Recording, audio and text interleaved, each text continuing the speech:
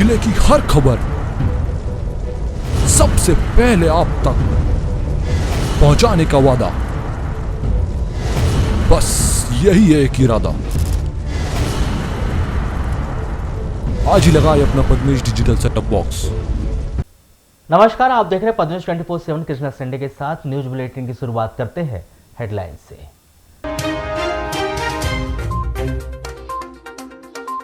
शहर के ward number 10 mutton market में 22 वर्षीय युवक अफजान अली की चाकू मारकर की गई हत्या। साउरी रेत खदान के मामले पर ट्रैक्टर चालकों ने किया सख्ती प्रदर्शन। रैली निकालकर एसडीएम को सौंपी ट्रैक्टरों की चाबी।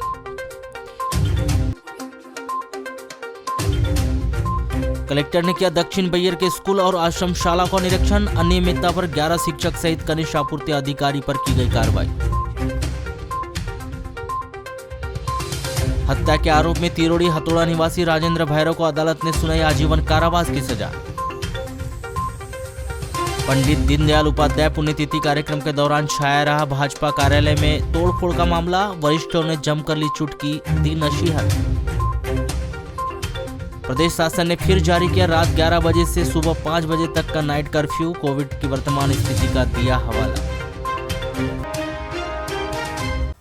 अनुसूचित जाति जनजाति अधिनियम के विशेष न्यायाधीश राजाराम भारती की अदालत ने हत्या के मामले में आरोपी बंटी उर्फ राजेंद्र भैरव 35 वर्ष ग्राम हथौड़ा थाना तिरोड़ी निवासी को आजीवन कारावास की सजा सुनाई है।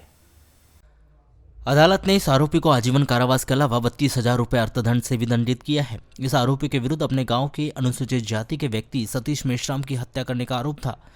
अभियोजन के अनुसार ग्राम हथौड़ा में 29 अक्टूबर 2020 को पुराने विवाद को लेकर सतीश मेश्राम के साथ विवाद हो गया था। इस दौरान छुरी निकालकर सतीश मेश्राम के सीने में 2-3 बार वार कर दिया गया था, जिससे सतीश मेश्राम की तिरोड़ी के शासकीय अस्पताल लाया गया, जहां पर उसे डॉक्टरों ने मृत घोषित कर दिया था। सतीश मेश्राम की हत्या करने के आरोप में तिरोड़ी पुलिस ने बंटी उर्फ राजेंद्र भैरव के विरुद्ध धारा 302 भारतीय दंड विधान की धारा 3(2)(वी अनुसूचित जाति जनजाति अत्याचार निवारण अधिनियम की धारा 25(1)(बी) व धारा 27 आर्म्स एक्ट के तहत अपराध दर्ज कर इस मामले में बंटी उर्फ राजेंद्र भैरव को गिरफ्तार करके अदालत में पेश किया गया। वहीं विवेचना के उपरांत अभियोग पत्र विद्यमान अदालत में पेश किया गया था। ये मामला ऐसा था कि दिनांक 29/10/2020 को शाम के 7 बजे की बात है। ग्राम हथौड़ा की, ये थाना अंतर्गत तिरोड़ी थाना के अंतर्गत आता है। तो वहाँ पे ये सतीश मेश्राम अपने साथी डुलीचंद के साथ जा रहा था। तभी ये जो आरोपी राजेंद्र बंटी है चाकू नुमा छुरी लेकर आया और पुरानी रंजिश की बात को लेकर सतीश मेश्राम के सीने में 3 बार किया, जिससे उसकी मृत्यु हो गई। थाना तिरोड़ी ने अपराध में पंजीबद्ध किया। विवेचना उपरांत अभियोग पत्र न्यायालय पेश किया गया। विचार उपरांत माननीय न्यायालय ने आरोपी को आजीवन 302 सैपटिक धारा 325 SC/ST एक्ट में आजीवन कारावास और 25,000 रुपये का जुर्माना, 25 आर्म्स एक्ट में 1 वर्ष की सजा एवं 2,000 रुपये के अर्थदंड, 27 आर्म्स एक्ट में 3 वर्ष की सजा एवं 3,000 रुपये के अर्थदंड से दंडित किया है। 11 फरवरी 2022 को प्राप्त रिपोर्ट में बालाघाट जिले के 36 मरीजों के सैंपल कोरोना पॉजिटिव आए हैं। पूर्व में कोरोना पॉजिटिव आए 91 मरीजों के ठीक हो जाने पर 11 फरवरी को उन्हें डिस्चार्ज कर दिया गया। मुख्य चिकित्सा एवं स्वास्थ्य अधिकारी डॉक्टर मनोज पांडे ने बताया कि जिले में कोरोना के एक्टिव मरीजों की संख्या अब 282 हो गई है। जिले में 11 फरवरी 2022 तक कुल 11,343 मरीज कोरोना पॉजिटिव पाए गए हैं। 11 फरवरी को कोरोना पॉजिटिव आए मरीजों में बालाघाट नगरीय क्षेत्र का 1, ग्रामीण क्षेत्र के 5, बिरसा ग्रामीण क्षेत्र के 5, किरनापुर क्षेत्र के 5, बारसोनी ग्रामीण क्षेत्र के 2, नगरीय क्षेत्र का 1, पैयर ग्रामीण क्षेत्र का 1, लांजी ग्रामीण क्षेत्र का 1, कटंगी ग्रामीण क्षेत्र का 1 एवं परसवाड़ा क्षेत्र के 14 मरीज शामिल हैं। कोरोना पॉजिटिव मरीजों की संख्या को देखते हुए बालाघाट जिला प्रशासन ने आमजनों से अपील की है कि बहुत जरूरी होने पर ही घर से बाहर निकले और घर से बाहर निकलने पर मास्क अवश्य लगाएं और 2 गज की सोशल डिस्टेंसिंग का पालन करें। भीड़ वाले स्थानों एवं कार्यक्रमों में जाने से बचें। वारासिवनी नगर के वार्ड नंबर 14 गंगोत्री स्थित भारतीय स्टेट बैंक में शुक्रवार को कर्मचारी कोरोना पॉजिटिव आने पर बैंक को बंद कर दिया गया, जिससे उपभोक्ताओं को निराश होकर वापस लौटना पड़ा। जानकारी के अनुसार भारतीय स्टेट बैंक के कर्मचारी को गुरुवार को कोरोना के लक्षण लग रहे थे, जिस पर उसके द्वारा तत्काल सिविल अस्पताल वारासिवनी से संपर्क कर जांच करवाई गई, जिसमें उक्त व्यक्ति पॉजिटिव आया। जिसकी जानकारी शुक्रवार को बैंक को दी गई, जिस पर बैंक के द्वारा शुक्रवार को बैंक नहीं खोला गया और सामने पर्चा चस्पा कर दिया गया कि बैंक कर्मचारी कोरोना पॉजिटिव आने से बैंक बंद है। वहीं बैंक के समस्त कर्मचारियों के द्वारा सिविल अस्पताल फीवर क्लिनिक में टेस्ट करवाया गया, जिनकी रिपोर्ट अभी आना बाकी है। इस दौरान क्षेत्र से अपने कार्य को संपादित करने बैंक पहुंचे उपभोक्ताओं को परेशानियों का सामना करना पड़ा। बाइट मनोज बेलकर, भवनलाल चौधरी, महेश नंदा। बिटिया की पासबुक नहीं लेना था। तो हुआ क्या सर काम? नहीं, काम नहीं हुआ है, बैंक बंद रहने के कारण वापस जा रहा हूँ। एक्चुअल में क्या है सर, कल अगर आएंगे हम और चालू रहता है कि बंद रहता है तो आने जाने में यानी वेस्टेज होगा ना, तो इसलिए फिर सोमवार को आना पड़ेगा। समस्या इसलिए है कि वो बैंक बिटिया वहाँ लग गई है स्टाफ नर्स के लिए, तो खाते एक्चुअल में उसने ट्रांसफ़र कराई थी भोरगढ़ से, तो ट्रांसफ़र 5 तारीख को किए तो तुरंत पासबुक बनी नहीं, तो 2-3 दिन लेट होने की वजह से उसकी जेरॉक्स वगैरह यानी व्हाट्सएप पर फ़ोटो का भेज देंगे, फ़ोटो पासबुक की निकाल करके तो हो जाएगा उसका काम। बंद क्यों है सर? ये नहीं मालूम, वहाँ तो लिखा हुआ है कि कोरोना पॉजिटिव रहने के कारण बैंक बंद है करके। होना चाहिए था ऐसा, क्या एक तो घर में मैयत होगी, बड़ी मम्मा जी मर गई है और फिर अभी नवंबर में डालना पड़ा था फॉर्म, लेकिन डाल नहीं पाए किसी कारणवश। तो भी ये ना था, अभी उनके पेंशन मिल जाता तो थोड़ा सा और मदद मिल जाती अपने को। ये तो पता नहीं सर, मैं यहाँ खाता है, यहाँ पे आया मैं, आज पता चला कि बंद है। तो वापस जाएंगे? वापस जाना पड़ेगा। SBI सर मैं इसलिए आया था कि मैंने यहाँ से क्या लोन उठाया हूँ 20,000 रुपये, ठेले पे मिला है आने की, उसी की किस्त जमा हुई है या नहीं हुई है यही पता करने के हिसाब से आया था सर। तो क्या हुआ क्या काम? नहीं हुआ ना सर, बंद है बैंक, तो सामने लिख दिए कोरोना पॉजिटिव बैंक में मिला है, इसलिए बैंक बंद रहेगा। जैसे अभी क्या समस्या हो सकती है? समस्या तो यही है ना सर कि अब किस्त पट्टी नहीं पट्टी, अपने काम धंधे छोड़ो, दुकान छोड़ो और घूमते रहो, और किस्त जमा हुई है कि नहीं ये भी परेशानी, पट्टी नहीं पट्टी, पैसे कट तो गए, समझ में नहीं आया कुछ भी क्या हुआ। अब बैंक चालू रहता, मैसेज भी नहीं आया, बैंक चालू रहता तो बैंक को पता चल जाता मैनेजर साहब के पास जाकर या अंदर केबिन में जाकर। प्रदेश में कोरोना के मामलों की वर्तमान स्थिति को देखते हुए राज्य शासन के द्वारा कोरोना वायरस संक्रमण की रोकथाम एवं बचाव हेतु आवश्यक दिशा निर्देश जारी किए गए। मध्य प्रदेश शासन गृह विभाग के अपर मुख्य सचिव के द्वारा 11 फरवरी को जो दिशा निर्देश समस्त कलेक्टर को जारी किए गए हैं उसमें उल्लेखित जानकारी के अनुसार कोविड-19 महामारी के संक्रमण की वर्तमान स्थिति को दृष्टिगत रखते हुए पूर्व में जारी कोविड-19 संक्रमण की रोकथाम एवं बचाव हेतु लगाए गए प्रतिबंधों से संबंधित समस्त दिशा निर्देशों को निरस्त कर दी गए हैं तथा कुछ नए दिशा निर्देश जारी कर दिए गए हैं। उसके अनुसार प्रदेश में रात्रि 11 बजे से प्रातः 5 बजे तक नाइट कर्फ्यू रहेगा। कोविड-19 व्यवहार जैसे मास्क का उपयोग, सोशल डिस्टेंसिंग आदि का पालन सुनिश्चित कराया जाएगा। साथ ही जिला कलेक्टर ऐसे क्षेत्रों को जहां संक्रमण को रोकने के लिए आवश्यक हो माइक्रो कंटेनमेंट जोन घोषित कर आवश्यक प्रतिबंधात्मक कार्रवाई कर सकते हैं। यह दिशा निर्देश तत्काल प्रभाव से आगामी आदेश तक के लिए प्रभावशाली कर दिया गया है। नगर के वार्ड नंबर 10 में एक युवक को उसी के मोहल्ले के युवक ने चाकू मारकर गंभीर रूप से घायल कर दिया, जिसकी जिला अस्पताल में उपचार के दौरान मौत हो गई। यह घटना 11 फरवरी की शाम करीब 6:30 बजे हुई। मृतक युवक अफजान पिता महबूब अली 22 वर्ष वार्ड नंबर 10 मटन मार्केट निवासी है। इस युवक को चाकू मारकर फरार हुए युवक समीर पिता अज्जू खान बताया गया है, जिसकी तलाश की जा रही है। प्राप्त जानकारी के अनुसार अफजान अली 4 बहन और 2 भाई है। अफजान परिवार में सबसे छोटा था, जिसके पिता की आरामिल है। बताया गया है कि 11 फरवरी की शाम 6:30 बजे करीब मटन मार्केट में ही अफजान और समीर खान के बीच किसी बात को लेकर विवाद हो गया और समीर खान ने आवेश में आकर अफजान पर चाकू से दनादन वार कर दिया और फरार हो गया। चाकू के वार से अफजान घायल हो चुका था, जो घायल हालत में ही उस अपने घर पहुंचा, जिसे परिवार वालों ने तुरंत ही जिला अस्पताल लाकर उसे भर्ती किया, जहां पर उपचार के दौरान अफजान की मौत हो गई। घटना की सूचना मिलते ही नगर पुलिस अधीक्षक अपूर्व भलावी, उप निरीक्षक RS कौशल सहित अन्य पुलिस कर्मचारी जिला अस्पताल पहुंचे। नगर पुलिस अधीक्षक अपूर्व भलावी ने मृतक अफजान के परिवार वालों से पूछताछ की, किंतु यह अभी स्पष्ट नहीं हो पाया है कि अफजान का किस वजह से समीर खान के साथ विवाद हुआ था। जांच पड़ताल की जा रही है। जिला अस्पताल पुलिस ने मृतक युवक अफजान की लाश को जिला अस्पताल में सुरक्षित रखवा दिया है, जिसका पोस्टमार्टम 12 फरवरी को किया जाएगा। मृतक अफजान के परिवार के लोग शोकाकुल होने से इस घटना की विस्तृत जानकारी प्राप्त नहीं हो पाई है। कोतवाली पुलिस के द्वारा इस मामले की जांच पड़ताल की जा रही है। बट अपूर्व भलावी। एक सूचना मिली थी हमारे अस्पताल से कि अफजान अली करके एक युवक है 20 वर्षीय, उसको किसी ने चाकू से वार कर दिया है, तो घायल अवस्था में अस्पताल लाया गया था, तो जिसका प्राथमिक उपचार यहाँ पे स्टार्ट हो गया था। तो जैसे हमें सूचना मिली कि तहरीर आई थी तो तत्काल हम लोग ने पुलिस मौके पर भेज दी थी।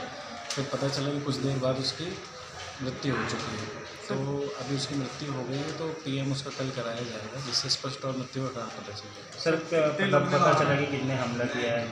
उसकी अभी विवेचना की जा रही है, क्योंकि अभी चक्षुदर्शियों और जो उनके परिजन हैं उनसे पूछताछ की जाएगी।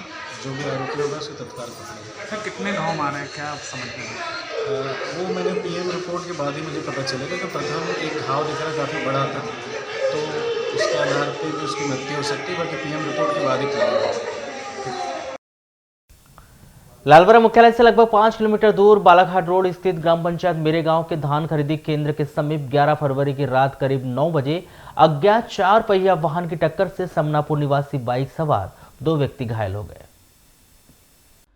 प्राप्त जानकारी के अनुसार समनापुर निवासी सुखचंद बहटवार व अरविंद मुकदम दोनों ही मोटरसाइकिल से समनापुर से लवादा शादी में शामिल होने जा रहे थे। तभी बालाघाट रोड की ओर से आ रही अज्ञात 4 पहिया वाहन चालक ने तेज रफ्तार व लापरवाही पूर्वक वाहन चलाते हुए मेरे गांव के धान खरीदी केंद्र के समीप मोटरसाइकिल को सामने से टक्कर मारकर फरार हो गया, जिससे बाइक में सवार 2 व्यक्ति घायल हो गए। मार्ग से गुजरने वाले लोगों ने तत्काल ही 108 वाहन को इसकी घटना की सूचना दी और घायलों को तत्काल ही लालबरा के सामुदायिक स्वास्थ्य केंद्र लाया गया, जहां प्राथमिक उपचार कर गंभीर स्थिति को देखते हुए बेहतर उपचार के लिए दोनों घायलों को जिला चिकित्सालय रेफर कर दिया गया। इस दुर्घटना में समनापुर निवासी सुखचंद बहटवार का एक पैर टूट चुका है और साथ ही दोनों घायलों को शरीर में अंदरूनी चोटें भी आई है।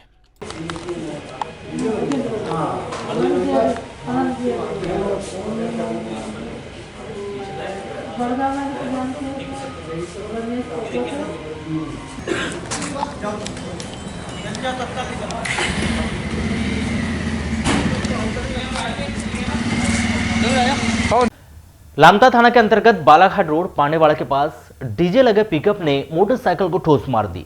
पिकअप की जबरदस्त ठोकर से मोटरसाइकिल सवार एसएफ के जवान की मौके पर ही मौत हो गई। मृतक जवान वीरेंद्र सिंह मरावी 19 वर्ष, ग्राम सहजनी, ब्लॉक नारायणगंज, जिला मंडला निवासी है। मृतक जवान वीरेंद्र सिंह मरावी उम्र 19 वर्ष, ग्राम सहजनी, जिला मंडला निवासी है। प्राप्त जानकारी के अनुसार वीरेंद्र के 2 भाई 2 बहन हैं। वीरेंद्र अपने परिवार में सबसे छोटा था, जिसे 1 वर्ष पहले ही पिता की अनुकंपा नियुक्ति मिली थी। वीरेंद्र मरावी बालाघाट में 36वीं बटालियन में पदस्थ था। 10 फरवरी की शाम करीब 7:30 बजे वीरेंद्र मरावी छुट्टी से अपने घर जिला मंडला से मोटरसाइकिल में बालाघाट अपनी ड्यूटी पर लौट रहा था। तभी लामता से 4 किलोमीटर दूर बालाघाट रोड पांडेवाड़ा के पास गोलाई में सामने से आ रहे डीजे लगे पिकअप ने मोटरसाइकिल को टक्कर मार दी। पिकअप की जबरदस्त ठोकर से एसएफ जवान वीरेंद्र सिंह मरावी गंभीर रूप से घायल हो गया। घटना की सूचना मिलते ही लामता पुलिस मौके पर पहुंची और घायल वीरेंद्र सिंह मरावी को लामता हॉस्पिटल लाई, जहां पर डॉक्टरों ने उसे मृत घोषित कर दिया। किरणापुर थाना क्षेत्र के अंतर्गत आने वाले ग्राम सेवती में इसी ग्राम के मरार समाज के मुखिया को उसके मोहल्ले के एक व्यक्ति ने गले में कुल्हाड़ी से मारकर घायल कर दिया। गंभीर रूप से घायल व्यक्ति जगत राम पाचे 60 वर्ष, ग्राम सेवती निवासी को जिला अस्पताल में भर्ती किया गया है, जिसकी हालत गंभीर बताई गई है। हमलावर मीताराम खरे 43 वर्ष को किरणापुर पुलिस ने हिरासत में ले लिया है। प्राप्त जानकारी के अनुसार कुछ विवाद के चलते समाज की बैठक में मोतीराम को समाज से बहिष्कृत कर दिया गया था, जिसके कारण मीताराम का समाज से लोगों से संबंध अलग हो गया था, जिसका जिम्मेदार वह जगत राम पाचे को मानता था और वहाँ जगत राम पाचे से आपसी रंजिश बनाए हुए था। 11 फरवरी की शाम 7 बजे करीब जगत राम पाचे अपने मोहल्ले की शादी के कार्यक्रम में गया था और शादी वाले के घर में ही बैठा था। तभी वहां पर मीताराम खरे कुल्हाड़ी लेकर आया और शादी वाले घर में बैठे जगत राम पाचे के गर्दन करपट्टी पर सीताराम ने कुल्हाड़ी से दनादन वार कर दिया। कुल्हाड़ी के वार से जगत राम गंभीर रूप से घायल हो गया। वाराणसी नगर के वार्ड नंबर 14 गंगोत्री कॉलोनी स्थित सिद्ध जागृत श्री हनुमान मंदिर जोड़ा पीपल में अज्ञात चोरों के द्वारा गुरुवार की रात को चोरी की वारदात को अंजाम दिया गया। प्राप्त जानकारी के अनुसार प्रतिदिन की तरह ही सिद्ध जागृत श्री हनुमान मंदिर जोड़ा पीपल के पंडित धर्मेंद्र तिवारी रात्रि 9 बजे मंदिर बंद कर अपने घर चले गए थे, जो सुबह 7 बजे मंदिर में पूजा करने के लिए आए और देखा तो मंदिर का सामान बिखरा पड़ा हुआ था, अलमारी टूटी हुई थी, दान पेटी अपने स्थान से हटी हुई थी, वहीं मंदिर में रखी धार्मिक पुस्तकें भी जला दी गई थी। साथ ही पूजा करने की थाली व अन्य चीजें चोरों के द्वारा चोरी कर ली गए, जिसकी सूचना धर्मेंद्र के द्वारा तत्काल ही मंदिर समिति के सदस्यों को दी गई, जिन्होंने आकर देखा और पुलिस को इस लिखित शिकायत देने की बात कही जा रही। मैं प्रतिदिन की तरह कल भी मंदिर बंद करके गया 9 बजे। मैं सुबह 7 बजे जब आके देखा तो मंदिर में पेटी वगैरह टूटी हुई देखी, पूरा जो भागवत रामायण रखी हुई थी उसमें आग लगी। देखा कि जो भी वहाँ पर सामान था वो पूरा चोरी जला दिया गया। उसमें जैसे पूजा की थाली वगैरह थी उसको चोरी कर ली, लोटे वगैरह उसको चपटा करके फेंक दिया, और जो अपने रामायण हनुमान चालीसा भागवत गीता रखी हुई थी उसको आग लगा दी। पूजा का सामान था उसको फेंक दिया गया पूरे में। प्रवेश कहाँ से किए थे इन्होंने? प्रवेश क्या है, इस वाले दरवाजे में ताला नहीं लगाते तो ये खुला था, गर्भगृह में ताला लगा हुआ था। तो यहाँ से करीब जब मैं 8 बजे 7:30 बजे के करीब मंदिर आके देखा तो उसमें पूरे में आग जल रही थी। उस समय मैंने मंदिर के भैया सहायिका को बुलवाया, जवाहर भैया से बोला तो न देखा भैया और भी लोग आए। पुलिस में रिपोर्ट की है इसकी शायद भैया लोगों ने की होगी शिकायत जी। चोरी और क्या क्या गया है? चोरी के साथ जो पूजा पाठ का सामान था उसको फेंक दिया। एक थाली थी पीतल की, उसको लेके साथ में गए, लोटा था और सामान था कुछ जैसे मुकुट वगैरह। किसी गायक ने शराब के ऊपर जमाने पहले बहुत ही सही पंक्तियां लिखी थी कि महंगी हुई शराब की थोड़ी थोड़ी पिया करो, लेकिन मध्य प्रदेश शासन ने बीते दिनों शराब को सस्ता कर दिया, जिसके साइड इफेक्ट अब दिखाई देने लगे हैं। शराबी भी कहने लगे हैं कि झूम बराबर झूम शराबी। इनके इस झूम बराबर झूम शराबी से परिवार के लोगों की टेंशन बढ़ गई है।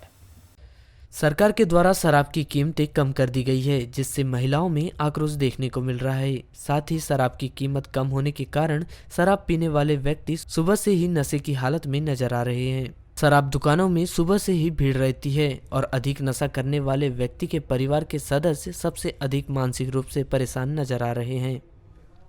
पद्मेश 24/7 की टीम के द्वारा जब नगर मुख्यालय व ग्रामीण अंचलों में पहुंचकर महिलाओं से चर्चा की गई तो उन्होंने कहा कि सरकार को जिन वस्तुओं के दाम कम करने चाहिए उनके दाम कम नहीं करती है और जिन वस्तुओं पर पूर्णतः प्रतिबंध लगाना चाहिए उनके दाम सीधे आधे कर रही है, जिससे कि सरकार की मंशा साफ तौर पर देखने को मिल रही है कि यह सरकार शराबखोरी को बढ़ावा दे रही है। वहीं दूसरी ओर इनके द्वारा नशा मुक्ति के नाम पर करोड़ों रुपये खर्च किए जाते हैं, परंतु उसके सार्थक परिणाम कहीं भी नजर नहीं आते हैं। महिलाओं ने कहा कि सरकार को सही मायने में दैनिक जीवन में उपयोग आने वाली वस्तुएं जैसे किराना, LPG गैस, खाद्यान्न तेल, पेट्रोल डीजल के दाम कम किए जाने चाहिए थे, जिससे हमें जो महंगाई की मार पड़ रही है उसमें राहत मिल सके। परंतु सरकार के द्वारा उनके दामों में कमी न कर शराब के दाम कम कर शराबखोरी को बढ़ावा दे रही है। सस्ती हुई है शराब तो लोग सुबह से शाम तक दारू पीना चालू कर दिए और उनके घरों में मतलब लेडीज़ बहुत परेशान है, यहाँ तक कि उनके बीवी बच्चे माँ यानी इन लोग बहुत परेशानी में मतलब आ गए। सरकार मतलब इतनी सस्ती दारू नहीं करना था, सस्ते करना था तो गैस करना था ना सस्ता। मैं देखो तो आज 15 दिन का चूल्हे में खाना बना रही हूँ और घर से मतलब पावा पीते हैं तो एकदम बेइज्जती टाइप का लगता है, उनके साथ नहीं अनेक उनके साथ जाने का मन भी नहीं करता, कहीं भी जाने का मन नहीं करता। तो जैसे भी सरकार ने सस्ती शराब की और अन्य चीज़ें बढ़ी तो क्या होना था इसमें? शराब ही बंद कर देना चाहिए, तो शराब बंद कर दे। अगर शराब ऐसा नहीं हो रही भैया कि ये शराब को सस्ता कर दिए है और देखो डीजल पेट्रोल हमारी गैस की समस्या है, ये महंगा क्यों की सरकार ने। तेल पाउच देखो 150-200 रुपये लीटर करी है और दारू सस्ती करके ये देखो हमारे घर के परिवार बिगड़ रहे हैं, लड़के बच्चे हमारे पति है देवर है। इनको सरकार को सुधारना चाहिए ना, शराब महंगी करना चाहिए, तेल है अपनी गैस है ये सस्ता करना चाहिए। आदि हुई है उससे समाज में बहुत बुरा असर हुआ है। जैसे आधी कीमत हो जाने से लोगों का जो कम पीता था वो भी ज़्यादा भी पी रहा है, और उससे गलत संदेश जाता है समाज में और उसके परिवार में। सबसे बड़ी बात तो उसके परिवार के जो सदस्य हैं उनकी मानसिकता भी बहुत कमज़ोर होते जा रही है। में आते हैं उनका रेट कम करना चाहिए था, जैसे तेल हो गया, गैस टंकी, पेट्रोल डीजल के दाम हो गए, ये सारे जिनके जो महंगाई बढ़ी हुई है उसको कम करना चाहिए था, ना कि शराब का रेट। जी, तो जैसे घर में महिलाओं के प्रति क्या रहता है इसमें सरकार? कोई किसी के परिवार में एक व्यक्ति शराब पीता है तो जैसे परिवार में यदि एक व्यक्ति शराब पीने वाला होगा उसमें तो घर का माहौल बहुत ही गंदा हो जाएगा, और उससे क्या है बच्चे भी गलत उसके दिशा में जाने का डर बना रहता है। महंगी थी, मुश्किल से वो 1 क्वार्टर पीता था, 3-3, 4-4 क्वार्टर पीता है। दूसरी बात कि पीता इतनी है कि वो घर नहीं आ सकता, हाँ कहीं भी पसर जाता है, फिर उसको उठा के लाते हैं। इतनी मतलब सस्ती दारू सरकार को नहीं करनी चाहिए थी जितनी सस्ती दारू आज कर दी है। हाँ, उससे क्या है कि माहौल ख़राब होता है। वाराणसी नगर में शुक्रवार को खैलानी जनपद के अंतर्गत ग्राम सावरी से पहुंचे ट्रैक्टर मालिक, मजदूर और चालक के द्वारा ट्रैक्टर रैली निकालकर नगर के विभिन्न चौक चौराहों का भ्रमण कर एसडीएम संदीप सिंह को ज्ञापन सौंपा गया। लगभग 1 सैकड़ा ट्रैक्टरों के माध्यम से रैली निकालकर पहुंचे ट्रैक्टरों की वजह से एसडीएम कार्यालय में जाम की स्थिति तक निर्मित हो चुकी थी, जिसके बाद ट्रैक्टरों को हटाया गया, तब जाकर यातायात व्यवस्था सुचारू हो सकी। रैली के दौरान ट्रैक्टर चालकों ने बताया कि अनर्गल बयानबाजी व झूठे दावे आरोप लगाकर रेत घाट को बदनाम कर हमारा व्यवसाय प्रभावित करने और रोजगार छीनने के साथ अराजकता पैदा करने वाले लोगों पर रासुका लगाकर बड़ी कार्रवाई करने की मांग की गई, जिस पर एसडीएम के द्वारा राजस्व और माइनिंग अमला भेजकर व्यवस्था बनाने की बात कही गई है, जिसमें कुछ नेताओं द्वारा आकर हमें डराया धमकाया जाता है। इसीलिए हम लोग यहाँ पहुँचे हैं। ट्रैक्टर मालक और मजदूर कि इन लोगों के द्वारा जो हमको धमकाया जाता है, तो हम शासन प्रशासन से ये चाहते हैं कि हमारा घाट वैध है अवैध है। हम लोगों की यही मांग है, क्योंकि हम लोगों को आज कहीं रोज़गार नहीं मिल रहा है। आज ट्रैक्टर चलने से हमारे यहाँ करीबन 1,000-1,500 मजदूर उसमें काम कर रहे हैं, सभी लोगों को काम मिल रहा है। और जब हम शासन प्रशासन से ये पूछते हैं कि जब वो रेत घाट अवैध है तो फिर उस घाट से रॉयल्टी इशू कैसे वो ठेकेदार करता है? सभी खैलांजी तहसील क्षेत्र अंतर्गत जितने मजदूर है, यहाँ पर ट्रैक्टर मालिक है, ड्राइवर है, चालक है, लगभग एक खदान में 1500 की संख्या में, ऐसे पूरे क्षेत्र में जहाँ अलग अलग स्वीकृत खदानें हैं, सभी स्वीकृत खदानों से लगभग 5000 की संख्या में लोगों को रोजगार मिलता है वहाँ पर। और अगर शासन ने भोपाल में बैठकर CRDA प्रदूषण नियंत्रण बोर्ड की अनुमति के साथ इन खदानों को स्वीकृति दी है, तो भाई उन खदानों के साथ में उसके आवागमन का, परिवहन का मार्ग भी बनाया होगा। वहाँ पर आकर यहाँ के नगर पालिका अध्यक्ष विक्की पटेल, ये इनके द्वारा ये बोला जा रहा है कि इस मार्ग से जो है डंपर चलाना बंद करो, ट्रैक्टर चलाना बंद करो। तो भाई शासन ने जब स्वीकृति वहाँ से दे दी है इन खदानों की, स्वीकृत खदानें, उन स्वीकृत खदानों को आवागमन और परिवहन करने से रोका जा रहा है। नरेंद्र राजपूत ने बताया कि कुछ नेता व्यक्तिगत स्वार्थ के लिए रेत घाट को बाधित कर रहे हैं। जगह जगह दुष्प्रचार कर बताते हैं कि रेत घाट अवैध है, जबकि पूरे वैध घाट हैं। वहीं पूर्व सरपंच मोहनलाल बनोटे द्वारा बताया गया कि सावरी घाट स्वीकृत है, जिसका मार्ग गोंडीटोला से खैरी है और वहीं से रोजाना आवागमन होता है, परंतु खैरी वालों ने धरना प्रदर्शन कर रास्ता रोका और 9 फरवरी से घाट बंद कर दिया है। कुछ नेता लोग व्यक्तिगत स्वार्थ के लिए रेत घाटों को बाधित कर रहे हैं, जगह जगह दुष्प्रचार करते हैं, बताते हैं कि ये घाट अवैध है, जबकि वो घाट वैध भी रहता है।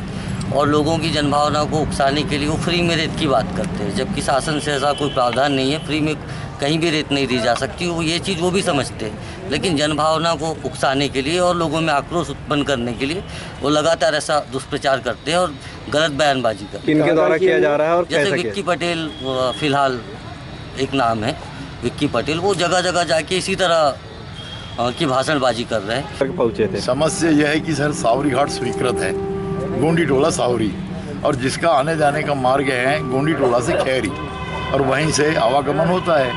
तो वहाँ से खैरी वालों ने 9 तारीख को धरना प्रदर्शन देकर के रास्ता रोक दिया और 9 तारीख से घाट बंद है। तो अभी किस प्रकार की समस्याएं हो रही है? अब सर 1500 लोगों का रोजगार छीन लिया ना। 50-60 गाड़ी जो रेत में चल रही थी उनकी किस्त कौन पटाएगा भाई? अभी कितने ट्रैक्टर आए थे वाराणसी में आज लगभग? आज कम से कम 100 ट्रैक्टर। अभी आप सर से मिले तो सर ने क्या दिया आपको आश्वासन दिया कुछ? सर ने दिया है कि भाई मैं कल भेज करके आपकी समस्या का निराकरण कर दूंगा। कर दूंगा।